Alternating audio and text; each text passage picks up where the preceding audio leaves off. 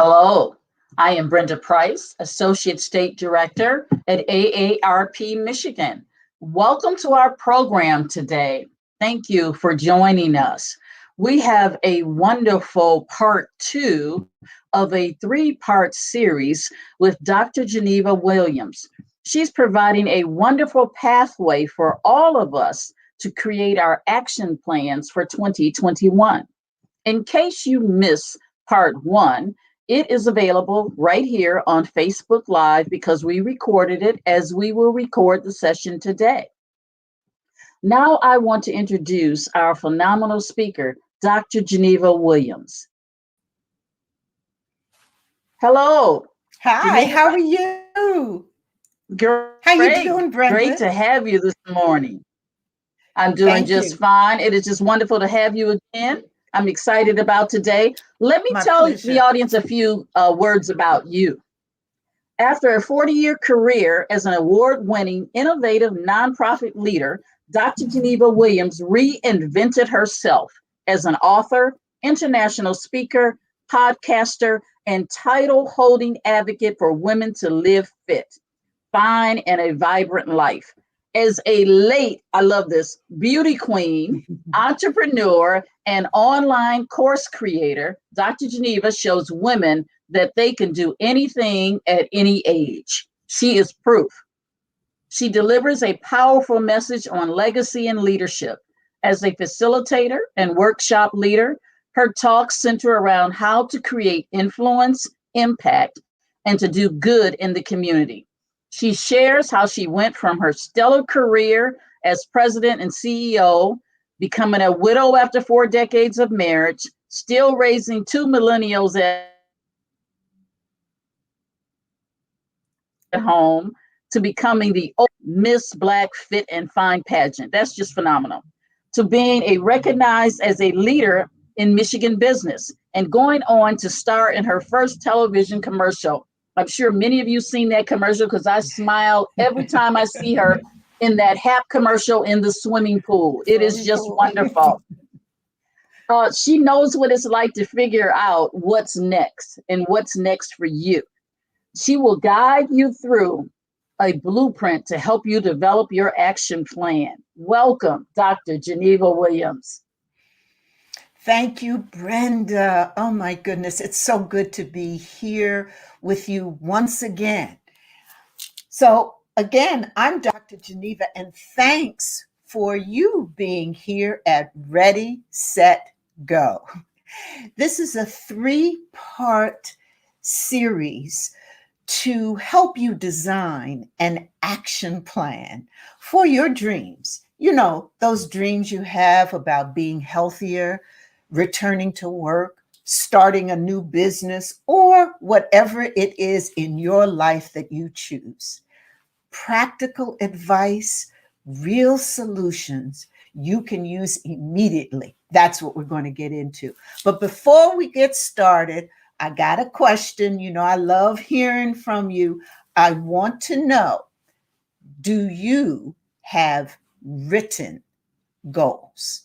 So that's a yes or no response. Do you have written goals? So I want you to know at the end of the sessions, you'll be able to create a compelling vision that makes your heart sing. You'll be able to develop goals that work. You'll be able to stay on schedule and also take care of yourself along the way. And this will give you your personal action plan to design your direction in the year ahead. So I'm really excited. So let's get started. First, I want to recap what we talked about in our last session. Now, as Brenda mentioned, the entire video is online on the Michigan AARP homepage. And so you can get all of that. But for purposes of helping to set the stage for what we're going to talk about today, I want to revisit what we did last time. And you know what else? I want to pause after this recap to see if any of you have any questions from the last session that we might be able to answer before we dive deep into goals. So first, if you remember, the whole purpose of this is getting to an action plan for 2021, though you can use this as an action plan for years to come. And we started out learning that the first step in developing your action is to have a vision. You know, that mental picture, that image of your future self, what you desire your future to look like. And so we also talked about the benefits of doing that, of having a vision for greater clarity, better direction, the ability to design how you want to live your own life. We also talked about life areas because we're multidimensional. You know, we are concerned about our health, our spirituality, our work, our career, our family, money. We got a whole lot of things going on. So when we talk about vision, we want to take into account what areas of our life need a vision. And then the core of what we talked about in our last session about developing a compelling vision were 6 simple yet powerful steps to create this compelling vision that started off with making sure you knew what was important. That was your core values. And then again, looking at all of the parts of yourself and figuring out which one you wanted to develop a vision on, although it could be your entire life, all of the aspects of it, but it was an important step to take. And then we got to the fun part where you actually can take time to imagine what your dream life would be. And remember I said, no limits on that, just do your thing. And then we talked about once you have that picture in your mind, once your daydreaming is done, you got to write it down. You have to really make it real by writing it down and then posting it, displaying it, putting it up, documenting it in some way so that you see it all the time, and then celebrating. So saying to yourself, hey, you did a good job and this is great. And I have my compelling vision now. So that's what we did in our last session. So let me pause here and see if there are any questions about that. And I see we have responses to our poll question of, do you have written goals? 44% said yes, 56% said no. Okay, so for those of you who have written goals, congratulations. I know you are doing your thing, and I'm hoping that you might find some extra tips to keep you on your way. And for those of you who do not have written goals, not to worry, because by the time we finish, you're going to have all the secrets and great tips to make that possible. So let me see. Do we have a question, Brenda? Yes, we do. Okay. We have a question about the vision. Once the vision is established and say I post it on the refrigerator, the person wants to know, how often should I revisit my vision? Well, the reason for putting it up on your refrigerator, which is good, because I'm sure you're probably in and out your refrigerator at least several times a day. We all are. And that's good. It's for you to keep your vision in a place where you can see it. And that really is the part that answers the question. You should revisit it often.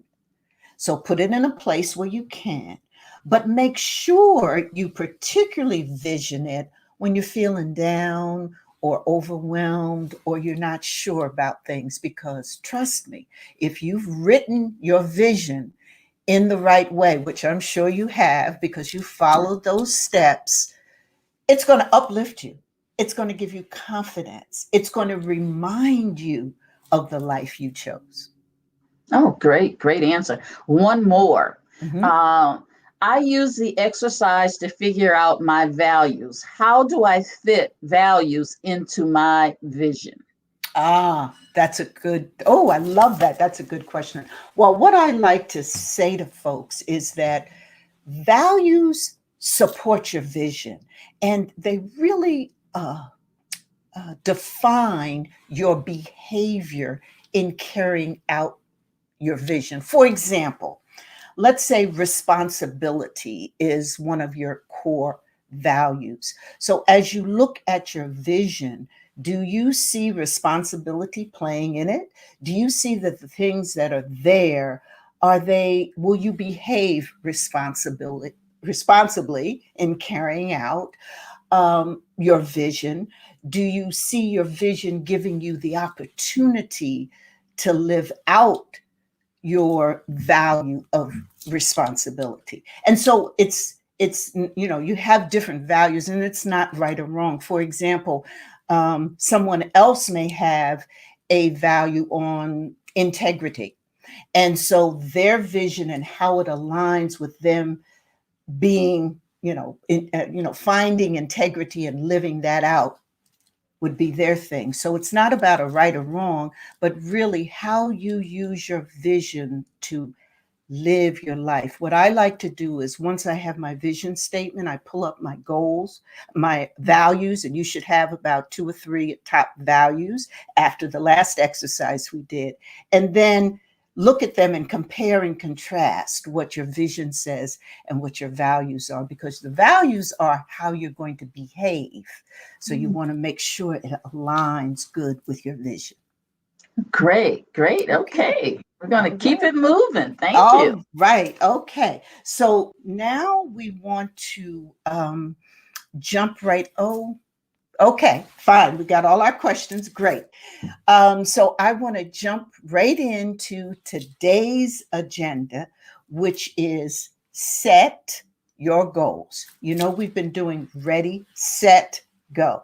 This is my favorite part of, putting together an action plan, because this is really where the action happens. And there's a real special way that we deal with that word set. So setting your goals is important. So we're going to talk about the importance of goals and why they make a difference, as well as the key ingredients for writing good goals. That is, goals that take you on your path, help you to do what it is you want to do.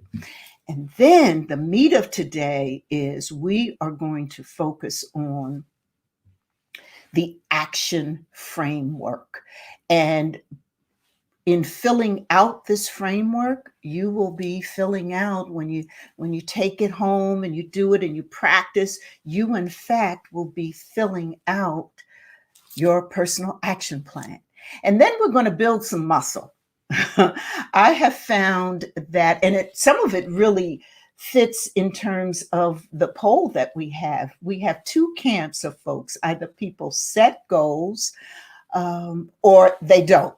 There's generally little in between. And so one of the things that I think to help people get into the habit of setting goals is to build their goal, as I call it, their goal set muscle. And finally, we'll wrap up with what's next in our 3rd session.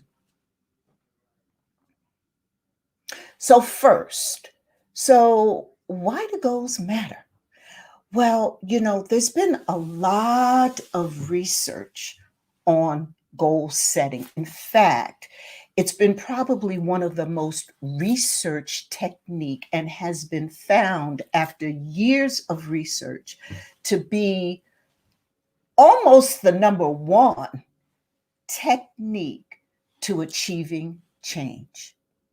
You may have heard of the Harvard study, which found that for those individuals who wrote down their goals and had an action plan for them, that they achieved over 100,000% more income than their colleagues who did not do it. And so Harvard went on to say you could triple the odds of achieving change and being successful if you write down your goals, if you use goals. Goals provide clarity, direction. They result in a process that gives you a plan. So they're so very critical to us achieving our personal action plan. But I think perhaps a story about goal setting might help more at this point, and perhaps share a little bit about me and why I love doing this. So I'm in the second semester of my community development class, and my favorite professor shares this quote: "The difference between who you are and who you want to be is what you do." Now, he spent the last semester preparing us for helping organizations and individuals with visioning. We spent weeks learning the best practices from around the world on how to do visioning, and then worked with organizations and individuals to create these dreams of better schools, better neighborhoods, better communities. So, in coming back to this second semester, he starts by saying to us that all that work we did doesn't matter, doesn't count unless people take action.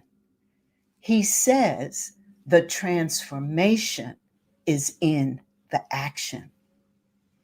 So his words are ringing in my ears as I struggle to put my life back after multiple family deaths. I realize that I can't just reimagine my life, do that dreaming and visioning. I have to act.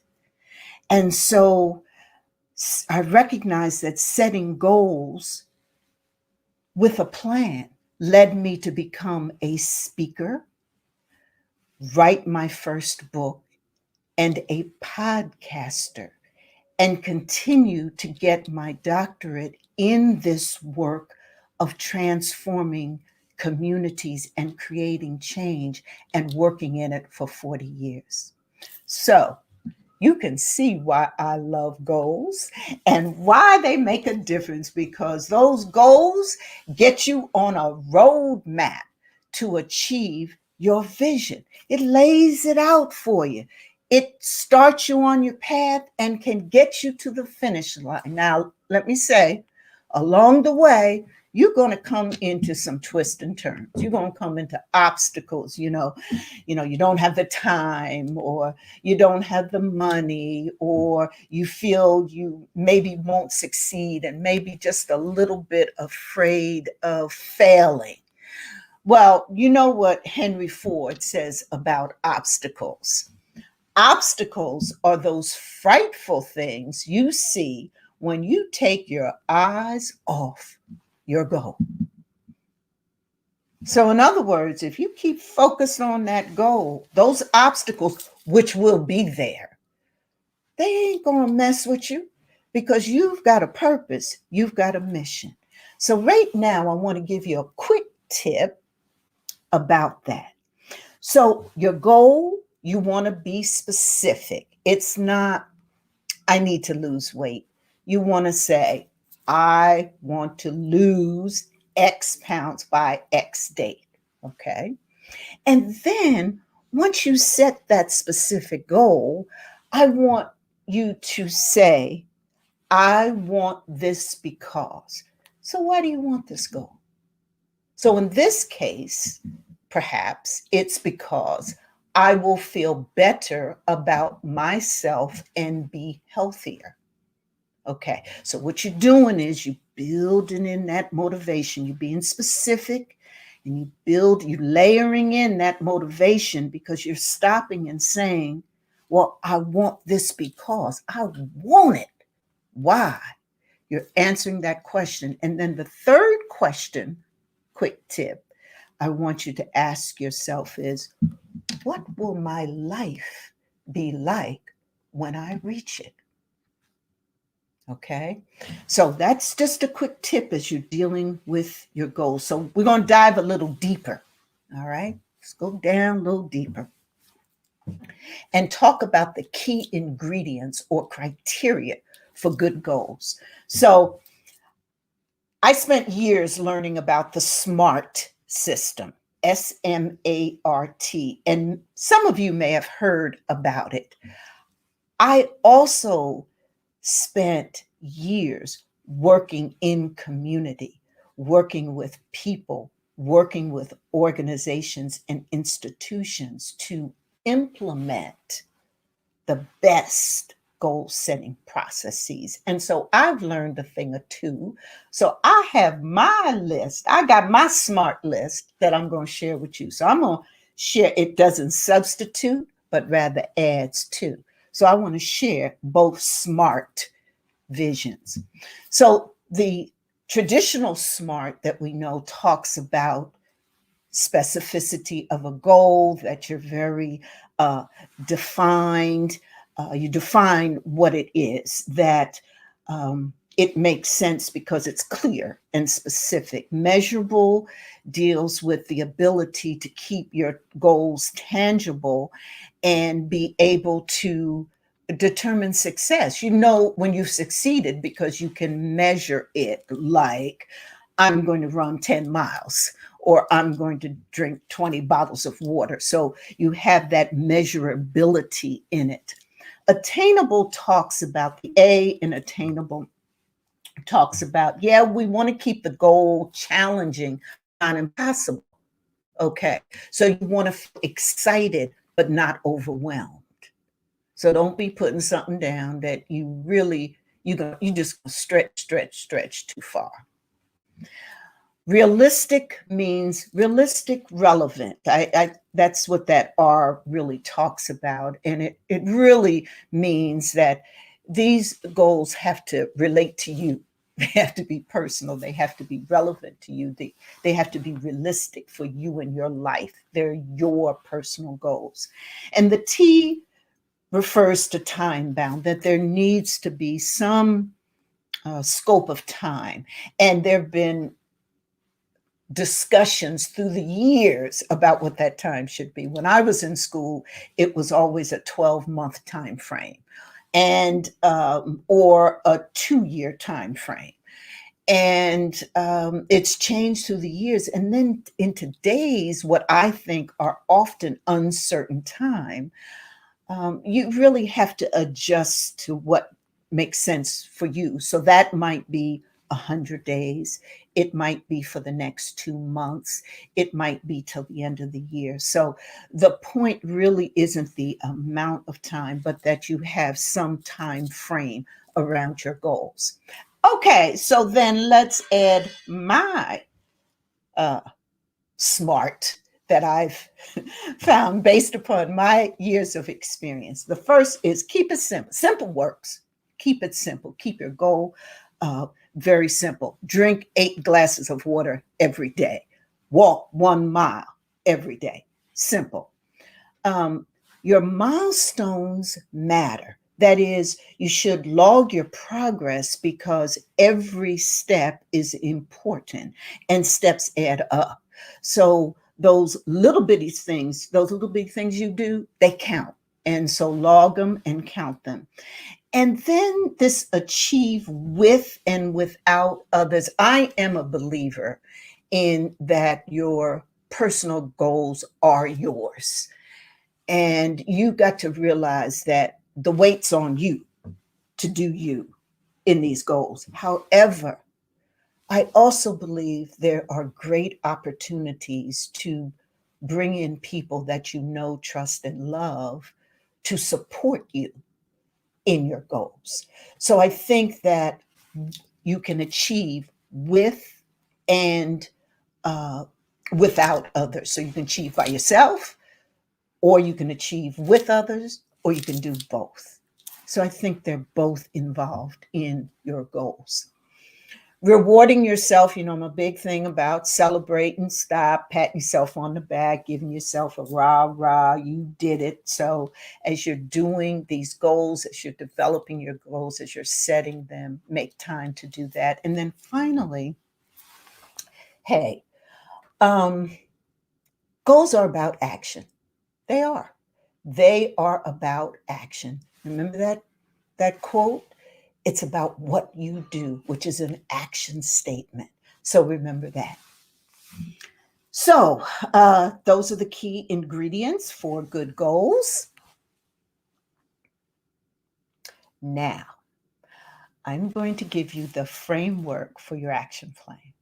And so the idea is that when you go home and you pull out your vision and you go through today's session, you'll be filling it out and you will have your personal action plan with some enhancements that we'll do at our final session.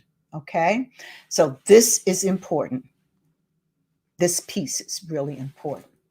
So your action framework. So the first thing you see in your action framework is a place for your vision statement that we did last time, for your life area. Again, those are your various life. It's sort of like what do they do? Tagline to your vision statement. Okay, so it's the category your vision statement relates to. And then you're going to identify your first goal. And that goal is going to have a time frame, a start and an end. And again, you'll fill in all of this. And then for each goal, you're going to have major tasks. Now, this is where you split things up into manageable chunks. This is like that part, where they say, how do you eat an elephant or something big, one chunk at a time? Yeah, this is this part. Okay. So you want to take manageable pieces. So like if you want to save 12,000, next year, you would break up your goal into save 1,000 a month, for example. You'll break it up into these major tasks or those manageable activities that you break up in chunks that get you to that goal. And then your next goal, etc. So basically, this is your action framework. So, what I want to do is I want to practice. So let's practice. And then after these 2 practice sessions, we'll pause and see if there are any questions. Okay, so practice number 1. So here's your vision statement. And so these are made up, but it might be yours. I am a successful best-selling author. Again, remember what we learned in vision. It's stated in the present and it's stated positive. You already are a successful best-selling author. That's how you state it because your mind sees you as that. And that's how you're going to carry out what you're going to do in the present state. And this one relates to career. Let's say you're writing, you want to become this best-selling author to help your career. And you decide that goal 1 will be complete draft of my first book by end of year. So look at it. Complete, that's an action. That's something you're going to do. You're going to complete, that you're taking the action. Your goal should start with a verb. A lot of people put the word to, T-O, in front of them. So this could be to complete the draft, whether you use the T-O or just the verb. It's the verb that matters. So complete is your verb.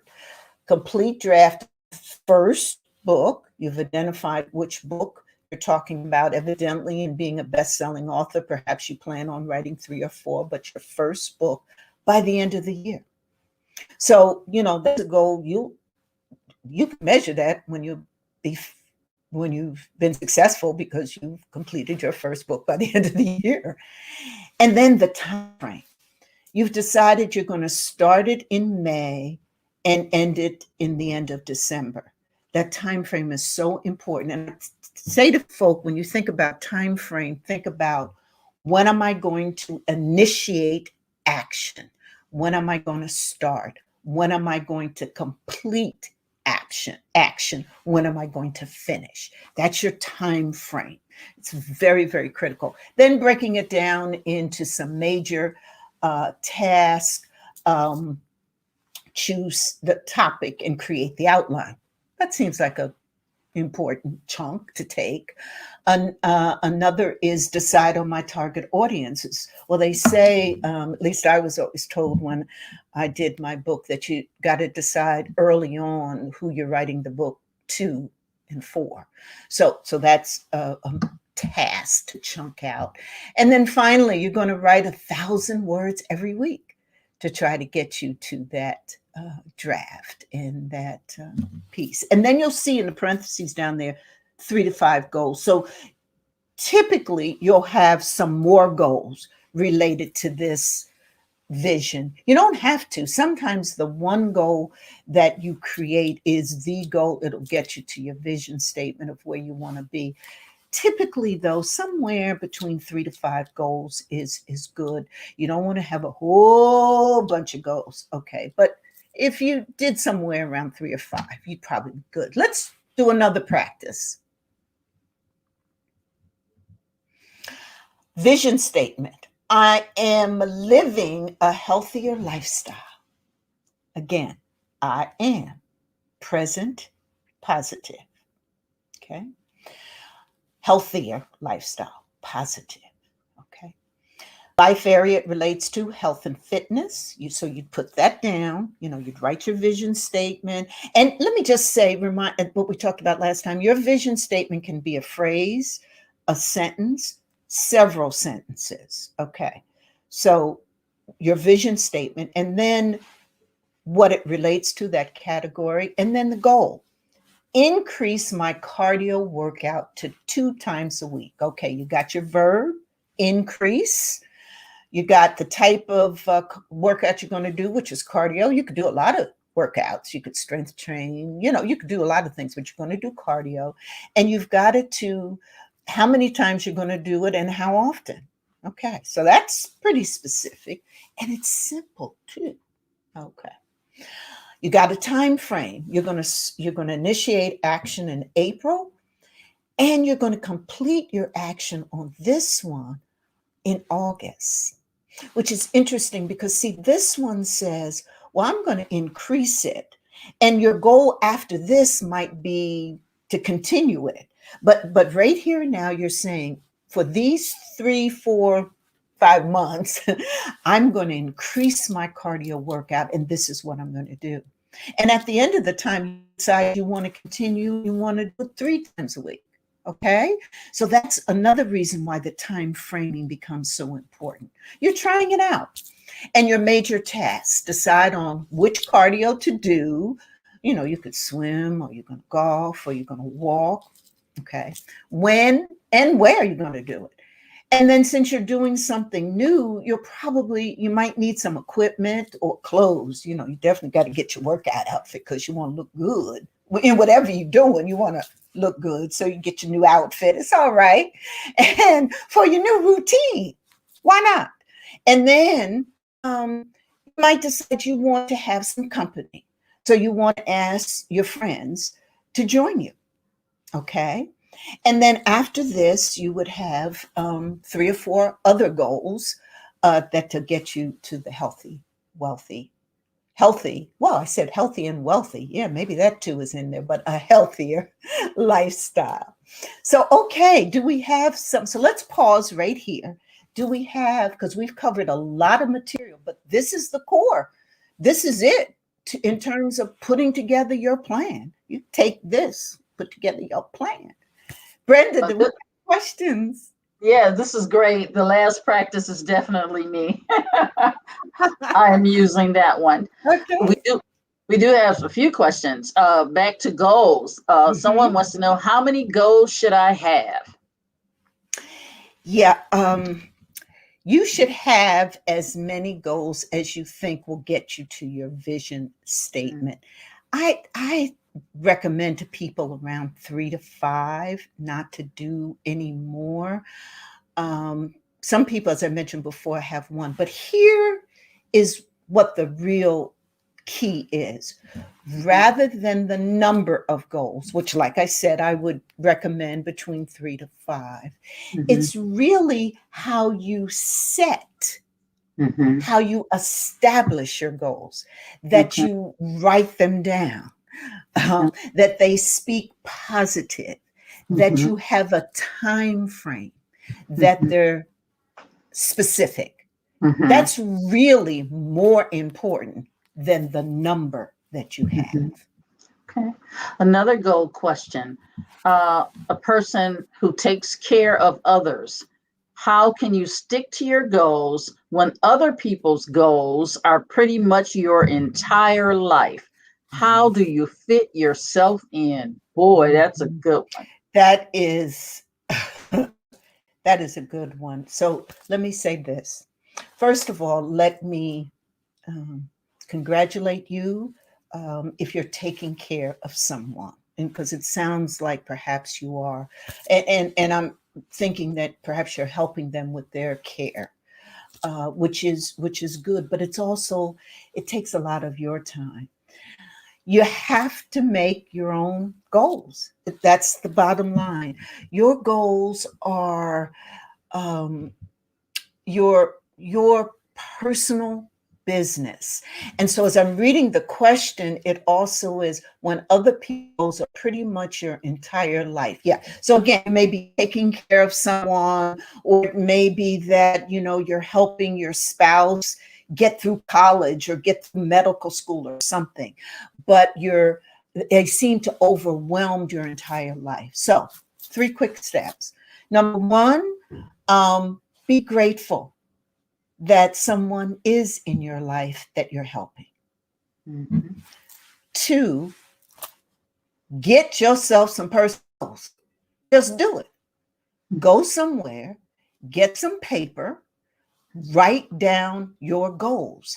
And your goals are based upon your vision. So you need to spend some time daydreaming and craft your goals. And then 3rd, take action on your goals. Do you. You can do this. See, it's a choice. I know you're involved or be involved with someone else's life. And again, that's good. That's okay. But having your goals is not mutually exclusive, which means that just because someone else has their goals, they got goals because you taking care of them and they got their goals, they doing their thing, doesn't mean that you can't have yours. Great. One person wants to know, do you recommend that they keep this vision and action plan to themselves, or should they share it with others in their household so everybody knows that person has a plan? Well, let me tell you, I've done both, and I've worked with people who've done both and have experiences on both sides. So what I would say is do what makes you feel good. Here's what I want you to remember. 1, not everybody shares your goals because they can't see your vision. Remember, a vision is your mental picture. It's your dream. It's in your head. It's in your daydream. So not everybody can see that. So not everybody's going to agree. That's one. Okay. Secondly, that you need to place the priority on being busy doing your goals. And then thirdly, yes, share with people you know, love, and trust who will support you. And if you don't get the support and love that you expect or want, you have to do something different, something else. It isn't throw away your goals. It's do something else with that loved one everything from, oh, I really wish, you would support me in this, but this is what I'll be doing. Or thanks for your input.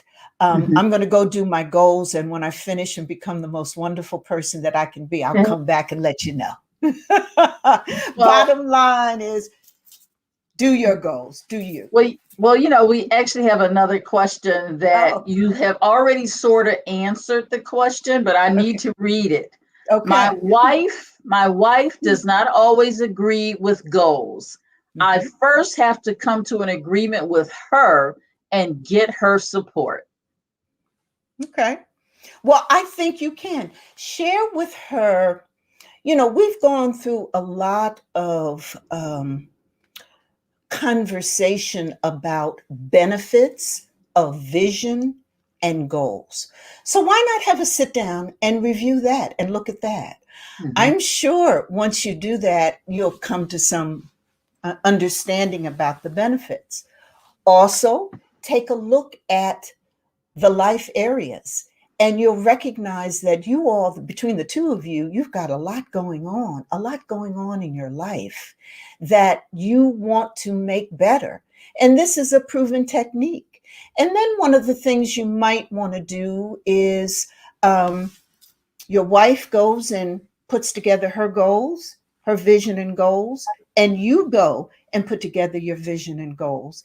And then you come back together and share with the understanding that on my list of 5 goals, I'm going to get 2 that I want. Okay, And that's the other definitely and the other 3 we'll negotiate about. good. Why not try That's a it?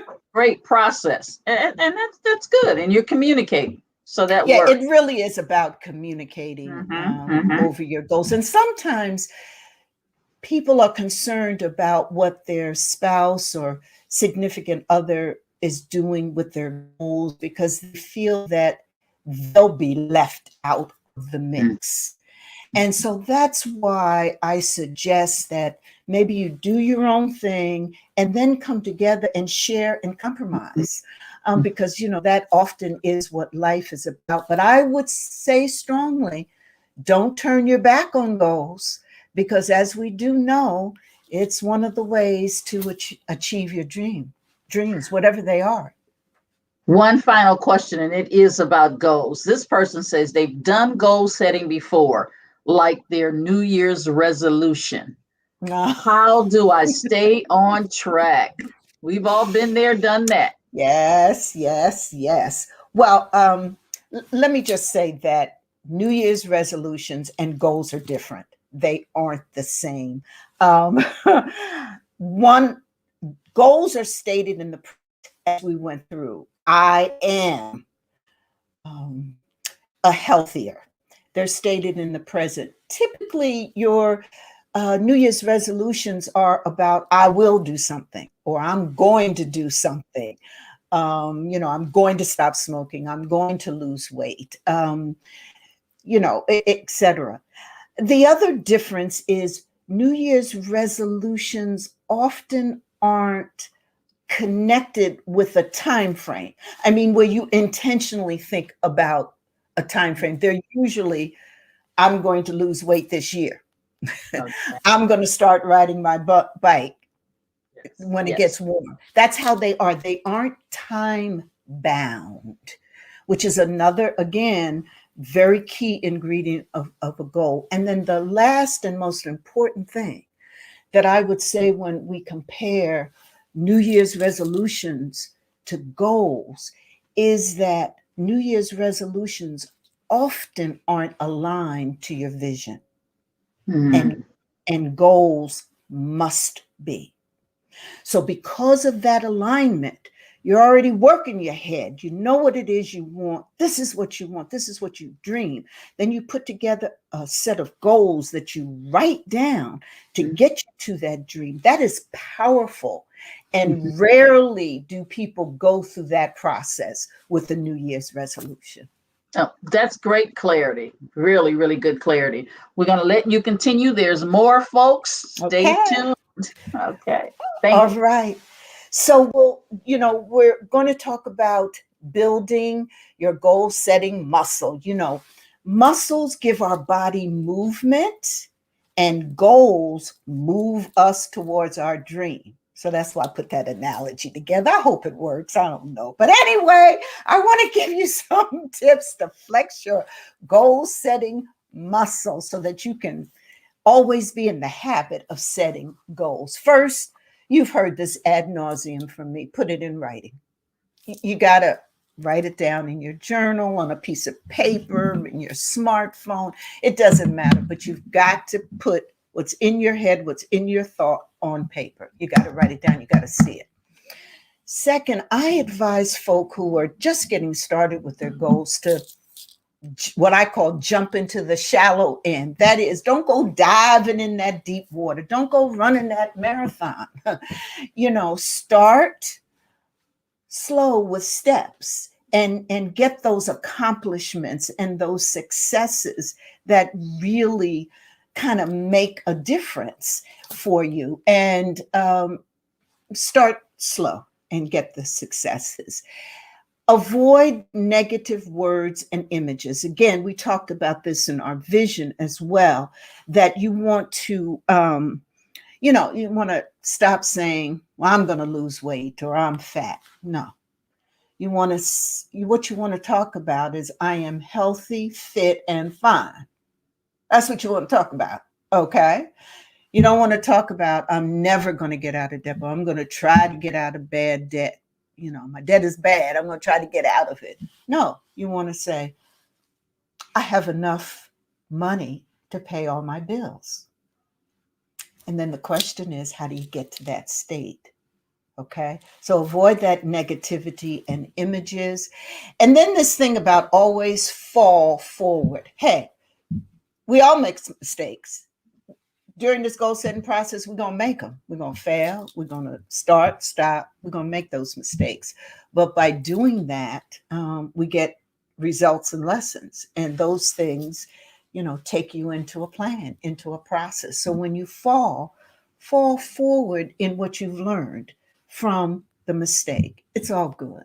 And then finally, review and reset. I believe in this, that, when you set some goals and for whatever reason, it ain't working, review it and reset it. After all, these are your goals. Just like your vision is your story. You can rewrite it. It's okay. You can do that. It's good to stay flexible, intentional. Keep your eyes on the prize, but you can be flexible in your journey. So always review and reset. And I think if you use these tips that'll help flex your muscles when you are setting your goals and you get into a great habit. And so just to summarize then where we've been, we've talked a lot about why goals are important, why they matter, why they are really the action to our plan. And we've talked about criteria and the key ingredients. And I shared with you not only the SMART method that many people are familiar with, but my own that I've experienced through years of work. And then you got a framework. Using this framework is going to give you your action plan. It will. And you're just filling in. And that will give you your game plan for your personal action plan. And then we talked about things that will help make goal setting a habit, because that's what you want to do. You want to make it a habit. You want to continue to do it and do it so that it helps you transform your life. Again, remember, goal setting is one of the best techniques to achieve change and transformation. So next up, well, we've come, what I say, 80% of the way.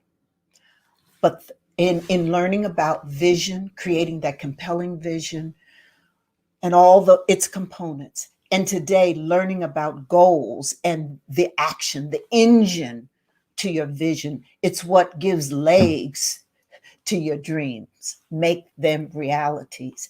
And then you've got an action framework that you can use to put in all that we've learned about and get on your designing personal action plan way, Next time, the last session, we're going to talk about things that you don't typically find when we talk about this kind of goal setting process. And that is, how do you stay accountable and on track? And how do you take care of yourself along the journey? That's self-care.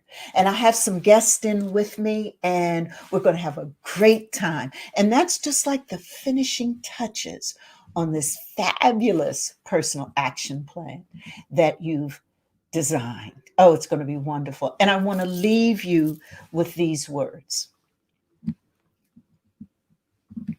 Nelson Mandela said, "Action without vision is only passing time. Vision without action is merely daydreaming. But vision with action can change the world."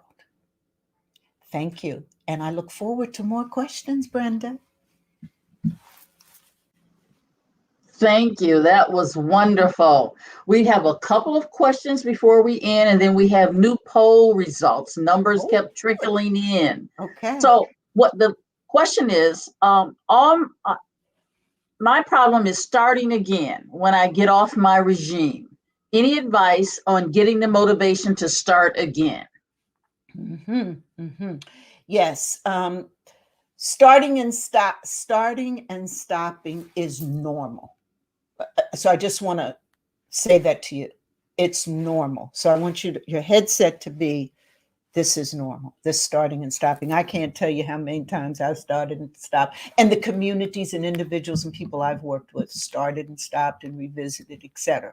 So it's normal. It's very normal. In fact, if you use it as a time for reflection, it will help you start again. Because the reason that you're starting and stopping probably is because of something in the mix. I mean, either perhaps you're not really comfortable with your vision, or some of the goals really don't speak to you, or time. They're the real issues of time, those everyday things. Something's in the mix while you're starting and stopping.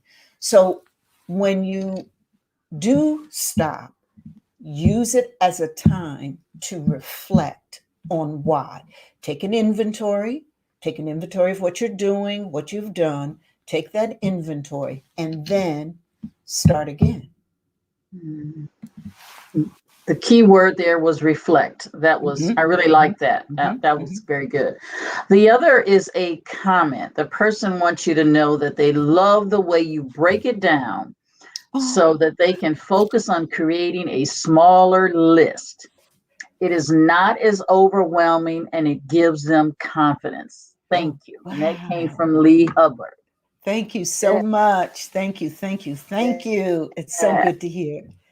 Yes. Well, this has been wonderful. I just want to share these new poll results to the question of, do you have goals? And the true number now is that 42% have written goals and 58% are without them. At the start of this session, that question was asked, do you have written goals? So I think that's a nice balance, and maybe next time we'll have we'll have written their goals, and the answer might be different. So, and Brenda, I just wanted to add a PS to that also that I didn't mention during my, but if you read any successful, whoever you think are successful, an artist or a musician or, your favorite teacher or what have you, if you talk to them or read about them, 9 times out of 10, they will talk about a vision, having a vision and a goal, which made the difference for them, having goals and vision. So it's important to having the things that we want and for designing the Mhm. life that we choose. Yes. Yes. I like that. Designing the life that we choose, Mhm. especially as we age. Absolutely. We want that to be designed as we design. That's And right.